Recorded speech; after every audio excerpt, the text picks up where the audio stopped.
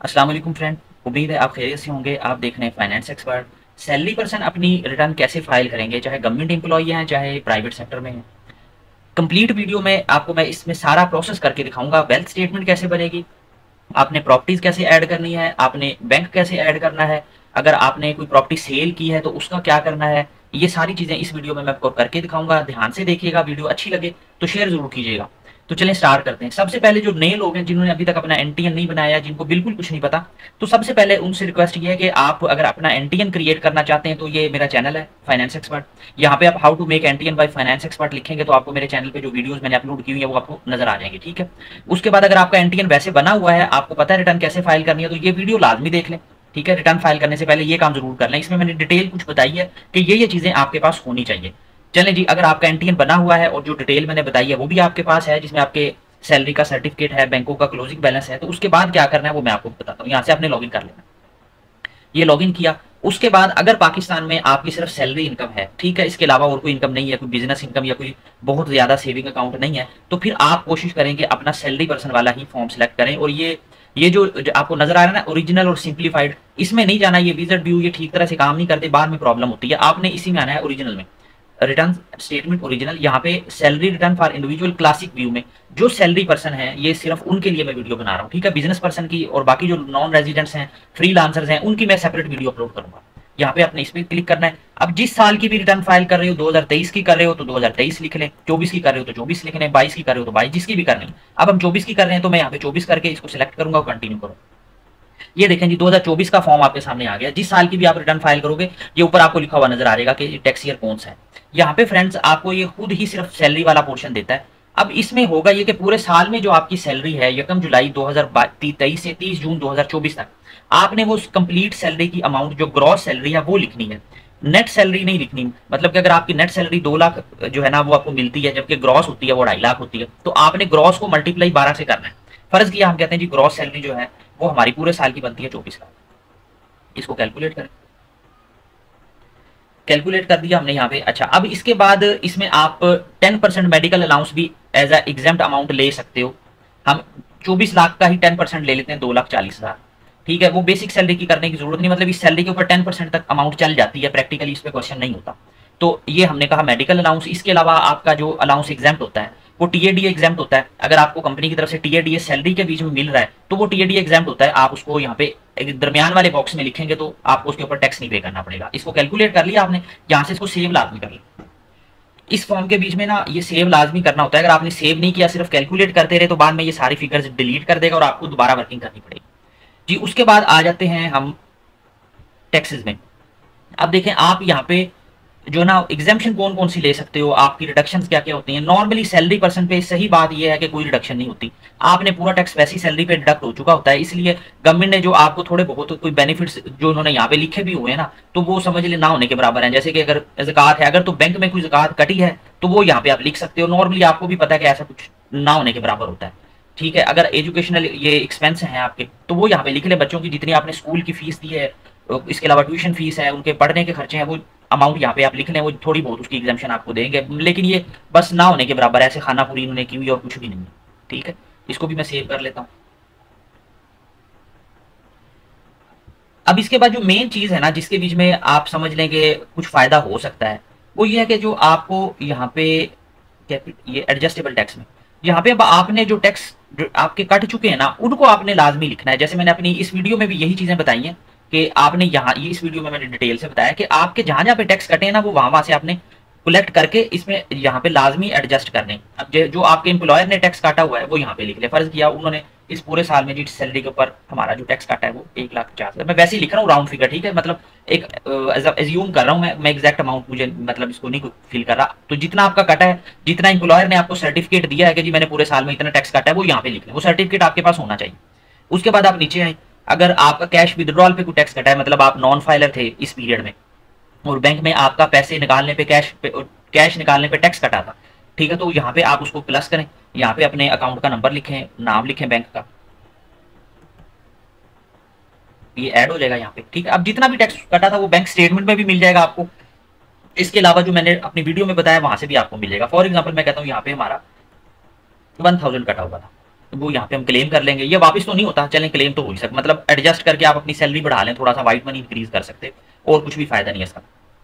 अब इसके अलावा अगर आपने इस पीरियड में जुलाई 23 से 30 जून 24 तक कोई गाड़ी का टोकन टैक्स पे किया है, नई गाड़ी ली है, उसकी रजिस्ट्रेशन करवाई है, उसके ऊपर जो advance tax income tax slip के ऊपर लिखा होता है वो आप यहाँ पे क्लेम कर सकते हो। और ये अगर आप ड्यूरिंग द पीरियड गाड़ी लेते हो और यहाँ पे टैक्स पे करते हो, तो अगर आपका एम्प्लॉयर या जो टैक्स मैनेजर है आप उसके साथ शेयर करें और वो भी इस चीज को थोड़ा सा मतलब समझे, तो वो इसको एडजस्ट कर सकते हैं, आपकी सैलरी से पहली टैक्स की डिडक्शन कम करके वो इसको एडजस्ट कर सकते हैं। लेकिन अगर उन्होंने नहीं की और आपने टैक्स पे किया हुआ है तो यहाँ पे कम से कम उसको क्लेम कर लें। यहाँ पे आपने गाड़ी का नंबर लिखना है, कुछ भी नंबर लिख ले, ये मैं वैसे ही लिख रहा हूँ, किसी की भी गाड़ी का नहीं है, मुझे नहीं पता इसका। बहरहाल यहाँ पे नंबर लिखा है आपने, और यहाँ पे जितना आपने रजिस्ट्रेशन के वक्त टैक्स पे किया था वो यहाँ पे लिख रहे हैं। उसकी स्लिप आपके पास होनी चाहिए, क्योंकि अगर एफपीआर पूछ लेता है बाद में तो स्लिप ना होगी तो फिर मसला होगा। इसी तरह ट्रांसफर करते हुए आपने पे किया है तो वो भी यहाँ पे प्लस पे क्लिक करेंगे तो वो ऐड हो जाएगा, ठीक है। उसके बाद जो आपको इंटरनेट बिल्स के ऊपर आ जाता है आपका टैक्स, घर में अगर आपने जो इंटरनेट का कनेक्शन लिया हुआ है किसी कंपनी से, तो वो उसका पूरे साल का सर्टिफिकेट आपको दे देंगे। तो वो यहाँ पे प्लस पे क्लिक करें, यहाँ पे आप लिखें उसका नाम, कंपनी का, पीटीसीएल, नयाटेल, जो भी कंपनी है वो, ये जो कंपनी जितनी भी है ये इंटरनेट पे आपकी टैक्स की रिडक्शन कर रही होती है, ठीक है, 1500, वो मैंने यहाँ पे लिख लिया। प्री पेड टेलीफोन कार्ड, ये आप जैज यूज करते हो, टेलीनॉर करते हो, जो भी आप नेटवर्क यूज कर रहे हो, हेल्पलाइन पे कॉल करें और उनसे कहें जी हमें अपना टैक्स ईयर 2024 का सर्टिफिकेट जो है ना वो सेंड करें, तो वो आपको ईमेल या व्हाट्सएप कर देंगे। वो यहाँ पे आप ऐड कर सकते हो, यहाँ पे उसमें आपने अपना मोबाइल नंबर लिखना है, ठीक है, कंपनी का नाम बता दें और इसको सबमिट कर, जितना वो सर्टिफिकेट पे आपका टैक्स आया हो वो यहाँ पे आप क्लेम कर सकते हो। इसी तरह ये नीचे आप देखेंगे ना तो इस वन बाय वन आपको सारे नजर आ जाएंगे। ये देखिए, आपने अगर during the period property sale किया, उस पर 236C का टैक्स पे किया तो वो भी आ जाएगा। प्रॉपर्टी की सेल परचेज पे अलहदा से भी मैं एक अपडेटेड वीडियो अपलोड कर दूंगा ताकि आपको आसानी हो। अगर आपने इस पीरियड में कोई प्रॉपर्टी परचेज किया तो 236K का जो टैक्स आपने पे किया वो भी लिख सकते हो। फर्ज किया आप कहते हैं हमने प्रॉपर्टी भी परचेज की थी 25,000 में, ये आपने सारे टैक्सेस जो है ना ये यहाँ पे लिख लेने हैं ताकि आपको जो इनका कोई बेनिफिट मिल सकता है वो आपको मिल जाए। ये लिखने के बाद इसको सेव लाजमी कर लें ताकि ये सारी चीजें आपकी सेव हो जाए। बस यही एक आप समझ लें कि इसमें आप अपने टैक्सेस क्लेम कर सकते हो। बाकी अगर इन ट्रू सेंस जो है ना सैलरी पर्सन के लिए गवर्नमेंट की तरफ से कोई छूट नहीं है। ये जो होते हैं जी कि आप पेंशन फंड में इन्वेस्टमेंट कर लें, आप ये कर लें, वो कर लें, वो एक ऐसी लॉलीपॉप है जो आप बच्चे को देते हो और वो बच्चा खाता भी नहीं और फेंकता भी नहीं, सिर्फ कपड़े खराब करता है और कुछ भी उसका काम नहीं। टैक्स आपकी सैलरी से पहले ही कट जाता है तो आपने बचत क्या करनी है उसकी, ठीक है। उसकी बचत के दूसरे तरीके हैं, इंशाल्लाह मैं उस पर कोई वीडियोस अपलोड करूंगा टाइम निकाल के वो, लेकिन एम्प्लॉयर के साथ मिलकर हो सकता है, आप अकेले कुछ नहीं कर सकते। जब सब कुछ हो जाए आपका उसके बाद हम आ जाएंगे कंप्यूटेशन पे। अब देखेंगे कंप्यूटेशन पे क्या है। अब ये यहाँ पे हमें बता रहा है कि अभी भी आपका रिफंडेबल टैक्स बनता है, एडमिटेड नहीं बनता। बहरहाल ये एडमिटेड बना के मैं आपको दिखा दूंगा कि अगर किसी का एडमिटेड बनता हो तो क्या करना है। रिफंडेबल में तो ये होगा कि आपने कुछ नहीं करना, रिटर्न ऐसी सबमिट हो जाएगी आपकी, वापस तो नहीं मिलता रिफंडेबल, ठीक है, क्योंकि हमारा एफबीआर जो है वो इतना कोई अच्छे तरीके से तो काम नहीं करता कि अगर किसी का टैक्स बन रहा हो तो उसको वापस कर दे। वो तो पहले उनकी कोशिश ये होती है कि लोगों से जितना ज्यादा ले सकते हैं हम ले लें। तो बहरहाल अब अगली वर्किंग पे आते हैं जी। आगे हमने वेल्थ स्टेटमेंट, जी फ्रेंड्स, हमने इनकम टैक्स रिटर्न की वर्किंग कर ली थी, ये आपको मैंने बता दिया था। इसमें आप कंप्यूटेशन में देखें तो ये आपको रिफंडेबल टैक्स अभी बता रहा है, ठीक है। अब जब वेल्थ की वर्किंग करेंगे तो वेल्थ की वर्किंग में आपने क्या करना है, सबसे पहले तो ये देखें जो आपकी इनकम आ रही है इसको आपने अपनी वेल्थ में ट्रांसफर करना है। ये देखें, ये जो सब्जेक्ट टू नॉर्मल टैक्स है इसको यहाँ से कॉपी करें, ठीक है, और वेल्थ स्टेटमेंट में रिकंसिलेशन में आए और रिकंसिलेशन में आके आपने इसको ये देखें subject to normal tax, inflow के बीच में सब्जेक्ट टू नॉर्मल टैक्स में नॉर्मल वाले को करके इसको आपने कैलकुलेट करना है और साथ ही इसको आप सेव कर लें। अब आप दोबारा उस पे आए कंप्यूटेशन पे, मतलब कंप्यूटेशन में जब आपकी रिटर्न की वर्किंग फाइनल होगी तो जितनी इनकम आपने बनाई है, देखें ये हमारी नीचे तो ये टैक्स आ रहे थे, ये ऊपर इनकम आ रही है, ये हमारी नॉर्मल टैक्स में थी, ये हमारी एग्जेम्प्ट थी जो कि मेडिकल अलाउंस हमने इसको अज्यूम किया था। तो वेल्थ में आएंगे, दोबारा रिकंसिलेशन में आए, ये जो एग्जेम्प्ट आपकी सैलरी थी, टीए था, मेडिकल अलाउंस था, वो यहाँ पे एग्जेम्प्ट फ्रॉम टैक्स के सामने लिखें और इसको कैलकुलेट करें और इसको सेव कर लें। ये सेव हो गया आपका, ये ठीक है। अच्छा, अब आप देखें आपने रिकंसिलेशन में आपने अपनी चीज़ें ऐड कर ली हैं। देखें नॉर्मल इनकम आ गई है, एग्जेम्प्ट इनकम आ गई है, मतलब ये कि इनकम टैक्स रिटर्न में आपने जो अर्निंग की थी वो अब आपने वेल्थ में इनफ्लो में डाल ली है। अब हमने वेल्थ को अपडेट करना है। वेल्थ में उसके बाद आपकी करें पर्सनल एक्सपेंस। अब ये जो आपके पर्सनल एक्सपेंस है ना, अक्सर लोग करते हैं ये है कि इसके बीच में एक एक एक्सपेंस को लिखने बैठ जाते हैं कि जी मेरी ट्रैवलिंग इतनी हुई, बिजली इतनी है, गैस इतनी है, टेलीफोन इतना। इस तरह करने की ज़रूरत नहीं है। ये कोई बिजनेस पर्सन की रिटर्न या बिजनेस की रिटर्न नहीं है जिसमें हमने कोई पूरा उसका अकाउंट बना के ऑडिट करना है। घर के खर्चों का हिसाब एग्जैक्ट कोई भी नहीं रखता, ठीक है। तो आप भी ना रखें और कोशिश करें इनको कम रखें। यहाँ पे ज़्यादा लिखने का कोई फ़ायदा नहीं है, कम लिखने का जो है ना वो फ़ायदा ही फ़ायदा है, वो मैं आपको बताता हूँ। अब ये देखें, इतना कम भी नहीं करने के वो आपकी लिविंग स्टैंडर्ड को जस्टिफाई ना करें, अपनी इनकम के मुताबिक रखें। अदर पर्सनल एक्सपेंस में एक अमाउंट सिर्फ लिखें। अब हमने यहाँ पे देखा कि हमारी तकरीबन यहाँ पे 22-23 लाख की इनकम बनी है जो हमने यहाँ पे इस रिटर्न में शो की है। अब उसके मुताबिक हम कहते हैं जी पूरे साल में हमारे खर्चे हुए हैं 8.5 लाख। बस इसको लिखें, कैलकुलेट करें, एक अमाउंट लिखें, बस उसमें ये सब आ गया। अगर कभी भी कोई बंदा पूछता है, नोटिस आ जाता है, तो हम कह सकते हैं जी हमारे पूरे साल के इतने खर्चे हुए थे और अब हमें नहीं याद कि कौन सा खर्चा कोई किधर हुआ था। और वैसे भी आपको भी पता है, कॉमन सेंस की चीज़ है, घर के खर्चों को कोई भी बंदा लिख लिख के नहीं रखता। अगर लिख के भी रखे तो 100% नहीं लिख सकते। ये तो कंपनीज में होता है कि जो भी ट्रांजैक्शन आती है, बैंक में आती है, कैश में आती है, हम उसकी पेमेंट करते हैं, वाउचर बनते हैं, ऑडिट होता है। लेकिन इंडिविजुअल के केस में आपको इस पे सर खपाने की जरूरत नहीं है कि आप एक एक चीज को लिखें, फील करें। अगर फर्ज किया यहाँ पे आप कोई चीज एक फिक्स कर देते हो, जी मेरी ट्रैवलिंग जो थी वो 5 लाख की थी, तो कल को अगर नोटिस आ जाता है वो आपको कहते हैं जी अब ट्रैवलिंग 5 लाख की थी तो उसकी जस्टिफिकेशन दो, इसके बिल पूरे करो, तो वो खाम में आपको एक प्रॉब्लम में आने वाली बात है। इसलिए इसको ना करें, सिर्फ एक अमाउंट लिखें। और ये भी आपने अपना पर्सनल एक्सपेंस कम लिखना है, ज्यादा नहीं लिखना। बेशक आपकी सैलरी जितनी थी वो सारी लग गई, उससे ऊपर भी आपने दोस्तों से उधार लेके भी लगा दिया घर में, लेकिन यहाँ पे आपने अपना खर्चा कम ही शो करना है। उसका फायदा ये होगा, देखें अब जब रिकंसिलेशन में आप आते हो ना, ये देखें हमारी जो इनकम थी, इनफ्लो था 24 लाख, जो हमारा आउटफ्लो था वो 8.5 लाख था। अब हमारे पास माइनस में ये जो फिगर आ रही है, इसका मतलब ये 15 लाख हम अपनी वाइट मनी में ऐड कर सकते हैं। अगर यहाँ पे आप एक्सपेंस अपना रख दो उतना ही जितना आपने ये 24 लाख अर्निंग की है, 24 लाख एक्सपेंस यहाँ पे शो कर दो, तो व्हाइट मनी बढ़ेगी नहीं आपकी, वो व्हाइट मनी आपकी जीरो ही रहेगी, जितनी पिछले साल थी उतनी अब होगी, तो फायदा कोई नहीं होगा। इसलिए आपने एक्सपेंस को कम ही रखना है, इतना कम भी नहीं करना कि वो बिल्कुल ही आप कह लोगे जी पूरे साल का 1.5 लाख खर्चा, ठीक है, ऐसे भी नहीं कर देना। हाँ, जिनकी इनकम कम है वो कम कर दे, जिनकी इनकम ज्यादा है वो थोड़ा सा ज्यादा कर ले, लेकिन इसको रखना एक्चुअल से कम है, बस ये आपने पॉइंट याद रखना है। अब आ जाए जी एसेट्स की। अब यहाँ पे ध्यान से देखिएगा, वेल्थ स्टेटमेंट में प्रॉपर्टियां कैसे ऐड करनी है, ये मैं 1 बाय 1 आपको करके दिखाऊंगा। अगर तो आपने पिछले साल फाइलिंग की हुई है तो ऑटोमेटिकली पिछली प्रॉपर्टीज आ जाएंगी, ठीक है। अब इस साल अगर आपने कोई नई प्रॉपर्टी परचेज की है जुलाई 23 से 30 जून 24 तक, तो आपने यहाँ पे ये देखें जी, इधर आए, ये देखें एग्रीकल्चर प्रॉपर्टी परचेज की है, तो इस पे प्लस पे क्लिक करें। फर्ज किया मैं कहता हूँ जी 12.5 1, ठीक है, नंबर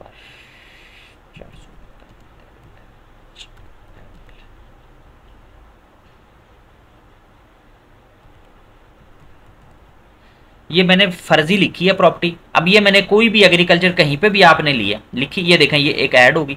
अब आपने जो एग्रीमेंट किया है उसके ऊपर जो प्रॉपर्टी की वैल्यू है ना, आपने वो वैल्यू लिखनी है। एक्चुअल वैल्यू चाहे उससे कम है चाहे उससे ज्यादा है, उसको साइड पे रखें। जो वैल्यू एग्रीमेंट पे लिखी हुई है आपने वो लिखनी है, क्योंकि कल को जब भी नोटिस आएगा उन्होंने कहना है जी आपने ये प्रॉपर्टी इतने की लिखी है 5 मिलियन की, हमें इसका प्रूफ दें, तो उन्होंने एग्रीमेंट पे मानना है कि जी इन्होंने इतने की ली थी। फर्ज किया मैं कहता हूं जी 5 मिलियन की थी, ठीक है, इसको कैलकुलेट कर, ये सेव करता हूं तो दोबारा इसको वहां पे ले आता है, लेकिन आपने सेव करते रहना इसको, क्योंकि ये डिलीट कर देगा अगर सेव ना किया तो, ठीक है। ये मैंने प्रॉपर्टी ऐड कर दी इसके बीच में। इसी तरह ये मैं आपको बाद में 7A की भी जो वर्किंग है वो भी करके दिखाऊंगा, तो इसलिए वीडियो को लास्ट तक देखिएगा, वरना बाद में फिर आप कहेंगे जी अब इसका क्या करना है। अच्छा जी, इस तरह ही अगर आपने कोई रेजिडेंशियल ली है तो वो भी यहाँ पे आप लिख सकते हो। अब अगर आपने कोई प्रॉपर्टी सेल की है उसका क्या करना है, उस पर मैं एक छोटी सी अलग वीडियो बना दूंगा, क्योंकि वो थोड़ा सा कॉम्प्लिकेटेड हो जाता है। अगर वो इसके बीच में मैं डालूंगा ना तो फिर सारे लोग सैलरी वाले कंफ्यूज हो जाएंगे कि इसका क्या करना है। अगर प्रॉपर्टी ली है तो ऐड कर ले, नहीं ली तो उसको छोड़ दें, बस और कुछ नहीं करना। नीचे आ जाए, ये जी बैंकों के बैलेंस लिखने लाजमी। स्टॉक मार्केट में इन्वेस्टमेंट है तो वो भी यहाँ पे लिखनी है।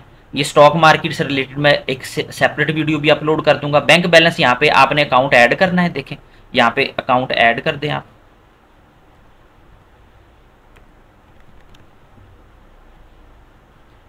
ये सबमिट करेंगे तो अकाउंट ऐड हो जाएगा। यहाँ पे जो भी पूरे आपका 30 जून 2024 वाले दिन जो भी आपका बैलेंस पड़ा हुआ है वो यहाँ पे आप लिख दें, इसको कैलकुलेट कर। जो पहले अकाउंट थे चल रहे थे अगर उनमें भी पैसे पड़े हुए हैं तो वो भी लिख दें, अगर कोई अकाउंट बंद हो गया है तो उसको डिलीट कर दें। ठीक है, ये अकाउंट ऐड हो गया आपका। अगर ड्यूरिंग द पीरियड आपने कोई गाड़ी ली है तो गाड़ी का नंबर लिखें आप।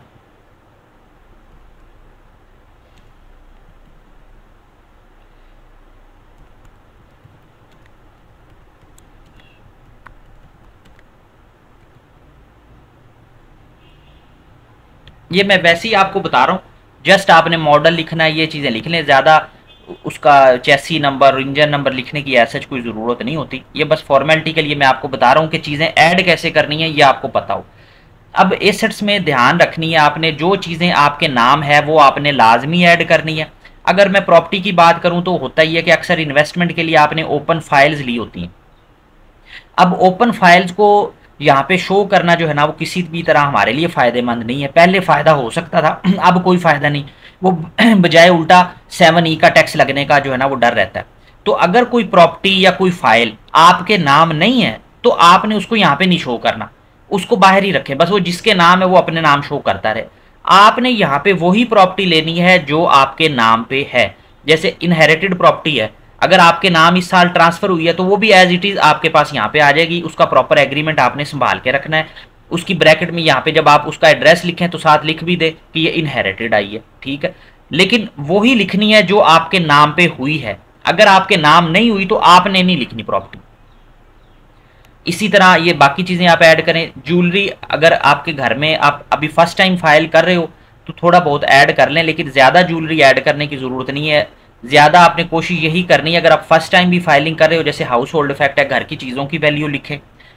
पर्सनल आइटम में आप लिख सकते हो मोबाइल फ़ोन लैपटॉप, जितनी की वैल्यू बनती है अप्रोक्सीमेटली वो लिख सकते हो, ठीक है। और ये कैश की अमाउंट जो है ना इसको एक दफ़ा ज़ीरो कर दे, इसको हम एंड पे करेंगे। अगर आप फर्स्ट टाइम भी फाइल कर रहे हो तो सेम आपने यही करना है। पहले आपने अपनी प्रॉपर्टीज़ ऐड करनी है, ये सारा कुछ ऐड करना है। जी फ्रेंड्स, आपने सबसे पहले अपनी प्रॉपर्टीज़ ऐड कर लेनी है, उसके बाद नीचे जो भी चीज़ें आपने ऐड करनी है मैंने आपको बता दिया, ठीक है। घर की चीज़ों की वैल्यू हाउस होल्ड आप ऐड कर सकते हो, पर्सनल आइटम में मोबाइल फ़ोन लैपटॉप की वैल्यू ऐड कर सकते हो, ठीक है। कैश को एक दफ़ा ज़ीरो रखें आप। अब अगर आप फर्स्ट टाइम फाइल कर रहे हो तो फिर आप क्या करें, कैश को जितना आपने रखना है उतना रखें, बहुत ज़्यादा भी ना रखें बहुत कम भी ना रखें। लेकिन अगर एक्चुअल में कैश नहीं भी है तो भी कुछ रख लेना लाजमी है, ठीक है। रखना ज़रूर आपने, बिल्कुल इसको ब्लैंक नहीं रखना। फर्स्ट टाइम जैसे फ़र्ज किया हम फाइल करें, मैं कहता हूँ जी हमारे पास 14,50,000 कैश पड़ा हुआ है। अब फर्स्ट टाइम अगर आप फाइल कर रहे हो ना तो फर्स्ट टाइम जब भी आप फाइलिंग करोगे यहाँ पे ये जो अमाउंट आएगी ये पॉजिटिव में आएगी, जैसे अब आ रही है। आपने इसको क्या करना है, कॉपी करना है। और ये नेट एसेट प्रीवियस ईयर जो ऊपर आ रहा है इसमें यहाँ पे ये इस वक्त जब पहली दफ़ा फाइल करोगे ये खाली होगा, यहाँ पे आपने पेस्ट कर देनी है इसको। जब यहाँ पे लिख के इसको कैलकुलेट करोगे ना आप, जैसे मैं भी ये जैसे ये कैलकुलेट करोगे तो क्या होगा, ये अनरिकनसाइल्ड जीरो हो जाएगी। अब ये जीरो इसलिए नहीं हो रही क्योंकि हम पहली दफ़ा फाइल नहीं कर रहे, इसलिए ये जो फिगर होती है ये पिछले साल की आ रही होती है। देखे ना, नेट एसेट प्रीवियस ईयर। तो जब पहली दफ़ा फाइल करोगे उस वक्त ये ओपन होगी, आप जितनी मर्जी रख सकते हो।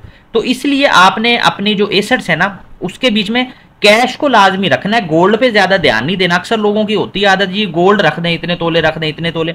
गोल्ड ज्यादा रखने का कोई फायदा नहीं है, उल्टा नुकसान होगा। फ्यूचर में कभी व्हाइट मनी हमें बढ़ानी पड़ी, पैसों की जरूरत हुई और अगर आपने गोल्ड को सेल शो किया तो उसके ऊपर टैक्स पे करना पड़ेगा। जबकि कैश अगर रखा होगा तो कैश लिक्विड अमाउंट है, लिक्विड कैश है, इसको जैसे मर्जी यूज कर लें, इसके ऊपर कोई टैक्स नहीं है। अब जी हमने इसको बैलेंस कैसे करना, देखें जी। अगर हम फर्स्ट टाइम फाइल नहीं कर रहे, हमने सारा कुछ लिख लिया, तो पहले तो आप कैश की अमाउंट जो होती है ना इसको एक दफ़ा जीरो रखें। मतलब जिसने पहली दफ़ा फाइलिंग नहीं की, जो बंदा वैसे फाइल कर रहा है वो क्या करेगा, कैश की अमाउंट जो ना उसको हम पहले एक दफ़ा जीरो रखेंगे। हम सारी वर्किंग करेंगे, कैश को हम एंड पे एडजस्ट करेंगे सारा कुछ करने के बाद। अब ये जो अमाउंट है ना, जब आप फर्स्ट टाइम फाइल कर रहे होते हो तो पॉजिटिव में ठीक है, लेकिन अगर आप फर्स्ट टाइम फाइल नहीं कर रहे, आपने पिछले साल भी की थी या पहले से करते आ रहे हो और ये अमाउंट पॉजिटिव में आ रही है, तो फिर इसका मतलब आपने कोई ना कोई गलती की है, ठीक है। ये पॉजिटिव में नहीं आनी चाहिए। जब आप दूसरी दफा तीसरी दफा जब फाइलिंग कर रहे हो तो ये अमाउंट पॉजिटिव में नहीं आनी चाहिए। अगर पॉजिटिव में आई है तो इसका मतलब ये है कि आपने कोई ना कोई जो एसेट्स है ना वो आपने बहुत ज्यादा बढ़ा के ऐड किया है, ठीक है, तो आपने उसको डिलीट करना है क्योंकि आपकी इनकम उसको जस्टिफाई नहीं कर रही। समझ रहे मेरी बात? तो इसलिए मैं इसको यहां से प्रॉपर्टी को डिलीट कर रहा हूं जो मैंने ऐड की थी। अब इसको बैलेंस करके दिखाता हूं मैं आपको बैलेंस कैसे होगा ये। अब यहाँ पे है, अब ये देखें नेगेटिव में आ गई है। नेगेटिव में जो अमाउंट आ रही होगी इसका मतलब आप ठीक वर्किंग कर रहे हो। इसको यहाँ से कॉपी करें और अपने कैश की जो अमाउंट आपने ब्लैंक छोड़ी हुई थी उसको आपने लिखना था, मैंने कहा था ये एंड पे एडजस्ट करेंगे, इसको आपने कैश वाली जगह पे जाके पेस्ट कर दें। तो इसको कैलकुलेट करें। अब आप अनरिकनसाइल्ड अमाउंट देखें ये जीरो हो गई है, ठीक है। इसका दूसरा ऑप्शन ये है कि अगर आपने कैश में ऐड नहीं करनी तो ये वाली जो अनरिकनसाइल्ड अमाउंट नेगेटिव में आ रही होगी उसका हल दूसरा ये कि आप उसको पर्सनल एक्सपेंस में जमा कर दें। पर्सनल एक्सपेंस को आप उतनी अनरिकनसाइल्ड अमाउंट से बढ़ाएंगे तो ये नेगेटिव वाली जो अनरिकनसाइल्ड अमाउंट है ये जीरो हो जाएगी। लेकिन ये बात याद रखिएगा, अगर ये अमाउंट पॉजिटिव में आ रही है और आप पहली दफा फाइलिंग नहीं कर रहे, आपने पिछली दफा भी की हुई थी, तो फिर आपने कोई ना कोई गलती की है, आपने अपने एसेट्स को ज्यादा बढ़ा लिया है, इनकम को कम कर दिया है, या कोई किसी जगह से पैसे आए थे वो पैसे आपने यहाँ पे नहीं लिखे, इसका मतलब है कोई ना कोई गलती है। अगर माइनस में आ रही है तो फिर ठीक है, वो एडजस्ट हो जाएगी, वो मैंने आपको बता दिया है। ये थी फ्रेंड्स सैलरी पर्सन की वीडियो। अगर किसी और टॉपिक पे आपको वीडियो चाहिए तो प्लीज़ मुझे कमेंट में ज़रूर बताइएगा। जी फ्रेंड्स, जब आपके सारे काम हो जाएं, आपकी जो अनरिकनसाइल्ड अमाउंट है वो ज़ीरो हो जाए, तो उसके बाद आपने ये करना है कि आप जैसे ही इसको सबमिट पे क्लिक करेंगे तो ये आपको कहेगा कि आप इसको जो है ना वेरीफाई करें, ठीक है। तो आपने यहाँ से इसको वेरिफिकेशन अपनी पिन डाल के वेरिफिकेशन करनी है और उसके बाद इसको सबमिट करना है। और अगर यहाँ पे आपका कंप्यूटेशन में जाके आप देखते हो जैसे कि ये हमारा यहाँ पे रिफंडेबल टैक्स आ रहा था, अगर यहाँ पे रिफंडेबल की बजाय एडमिटेड टैक्स में अमाउंट आ रही हो तो फिर आपने इसका चालान बनाना है। वो चालान जब आप पे कर देंगे तो घंटे के बाद वो अपडेट हो जाता है, ऑनलाइन पेमेंट हो जाती है। वो जैसे ही पे होगा तो यहाँ पे आके आप उसको रीलोड करेंगे, क्लेम करेंगे, तो वो अमाउंट यहाँ पे शो हो रही होगी, वो यहाँ पे अटैच हो जाएगी इसके साथ। फिर आपने कुछ नहीं करना, जैसे ही अटैच हो जाए इसको दोबारा से कैलकुलेट और सेव करें और सबमिट पे क्लिक करें। वो आपसे कहेगा कि इसको पे पिन वेरीफाई करें और उसके बाद उसको सबमिट कर दें। कोई क्वेश्चन हो तो प्लीज़ वीडियो में कमेंट ज़रूर कीजिएगा। अपना बहुत